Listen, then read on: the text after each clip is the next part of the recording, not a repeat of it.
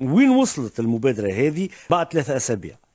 ثم فيها عديد الأشياء اللي هي ساعة تبشر بخير وباهية. ما هي أنه ما قبلتش أي مكون سياسي وإلا شخصيات وطنية وإلا منظمات وما لقيتش منها التجاوب التام مع ارحل الطيف الكبير اللي قبلته هذا الكل. اولا ساعه عنده حتى اعتراض على الموضوع هذا مرحب به ويشترك في التشخيص ويشترك في انه الحل لا يكمن الا في خروج هذا الشخص. شكون قبلت مثلا مكونات جبهة الخلاص، قبلت نهضة، قبلنا مكونات جبهة الخلاص كل وهي قاعدة يعني بعد ساعات تختزل في النهضة. هي ليست فقط النهضة، هي عديد المكونات يعني أحزاب مختلفة وشخصيات مستقلة قبلت الأحزاب الأخرى جمهوري عمل أفاق الكل أفاق أي أفاق نعم. قبلت عبير موسي.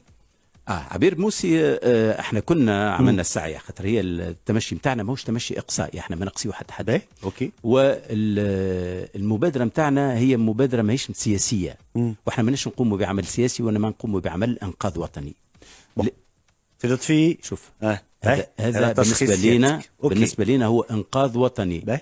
ماهوش موقع اليوم باش نتموقع الانتخابات جايه باش الناس تقول والله هاو مع فلان ولا ضد فلان. لا احنا نقولوا البلاد هذه واحنا نقولوا انه يبقى عنده طابع سياسي زاد كذلك. سي لطفي كل شيء هو حتى كما قال المزاليك العام الله يرحمه، حتى كي تشري الخبز راه عنده طابع سياسي. اي لا ماناش ندخلوا في هذا. هنا بالنسبه لنا موضوع نتاع انقاذ وطني. دونك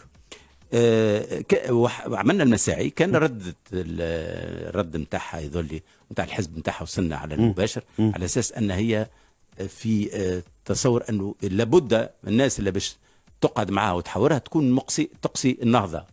احنا ناس نعتبروا انه الدور نتاعنا هو التجميع، واحنا ما نقصيو حتى حد، لان سياسات الاقصاء اللي كانت حبت تمارس قبل ضد اليسار في السبعينات نعرفوا نتيجتها شنو، واللي تمارست ضد الاسلاميين نعرفوا نتيجتها حتى شيء، ما جابت حتى نتيجه. جابت كان الفرقه وجابت كان المصايب لتونس، واللي حبوا يمارسوها ضد التجمعيين كيف وما تمارستش وتجاوز لنا الفتره هذيك. في اعتقادنا اليوم انه تونس لا تبنى على الاقصاء، وجربت يعني سياسات الاستئصال في عهد بن علي، اذا كان الناس الذاكره نتاعها قصيره وما اعطت حتى نتيجه. احنا عندنا حاجه مهمه جدا نعطيوها أهمية قصوى اللي هي كان ينادي بها بورقيبة دائما وأبدا، هي الوحدة الوطنية. فاحنا لكن مخل هذا ما تقابلتوش. فاحنا تنجمش تقابل الإنسان ضد، هو مكون من المكونات السياسية اللي موجودة في البلاد، اللي كي حبذا لو كان موجود. إذا كان إنسان يقصي نفسه فهو حر، يعني هذا خياراته. منظمات وطنية قابلت أنت والاتحاد؟ لوتيكا كونكت تقابلنا مع الاتحاد توا، مع لوتيكا وكونكت ما زلنا في مساعي، لكن محامين حقوق الانسان النساء الديمقراطيات. محامين قابلت العميد؟ لا العميد ما زلنا. اما الصحفيين قابلنا، مشينا للمقر نتاعهم.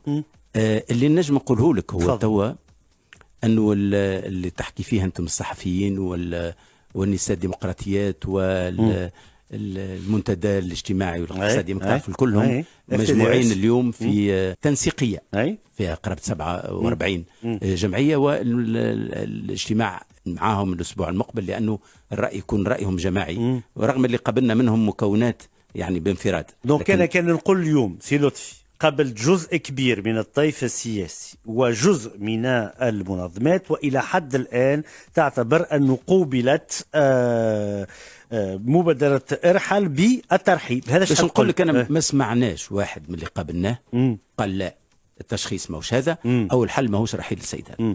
باش نقول لك انا بهذا على مسؤوليتي. ينجم يكون معقول جدا سي لطفي اذا كان ما قابلت كان ناس معارضه لما صار 25 جويلية. لا ما قابلتش ناس مسانده زاد سي لطفي. ماذا بينا نشوفوا شكون مع حركه الشعب. قابلت الشعب مثلا؟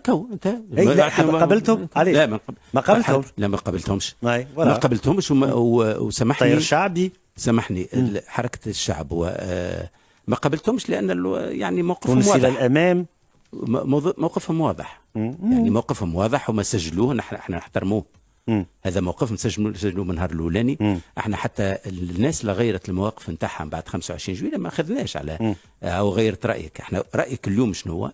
الناس اللي اليوم مستعده انها ما تحولش الموضوع الى موضوع سياسوي وانما موضوع نتاع انقاذ وطني حقيقي. احنا اللي نحب نقوله لك شنو هو في المحصله هو انه وصلنا اليوم الى ردم شيء من اللي هو اللي موجود. انه احزاب مستعده اليوم ان تخرج نفس البيان ونفس النص. هذا اللي كنت نجي، هذا اللي كنت مع بعضها، وهذا يبدأت فيه اليوم. خاطر كيما عطيتنا اونجاجمون على انه جيت تعطينا الى اي حد تقدمت المبادره، ماذا بيا تعطيني اونجاجمون وقتاش راه حاجه مكتوبه سي لطفي. نفس النص من اليوم خرجت مكونات مختلفه. المسيره انها رغم اللي هم باش يخرجوا في مسيره مختلفه، احكي على 10 ديسمبر نهار السبت باش يخرجوا في مسيره مختلفه في مسارات مختلفه، لكن التاريخ والتزامن يبين انه وقع الاستماع وردم اللي هو هذه في جانب مهم. انه الخطوه الجايه هي احنا مواصلين فيها للمشاورات تزيد تتسع، لكن اكثر من هذا هو انه دعوه الاتحاد للحوار الوطني اللي كان دعا بها قبل، انه اليوم نديو الاتحاد انه ياخذ زمام الامور ويعاود يدعو هالمكونات كلها لحوار وطني اللي تكون مخرجاته ملزمه للجميع.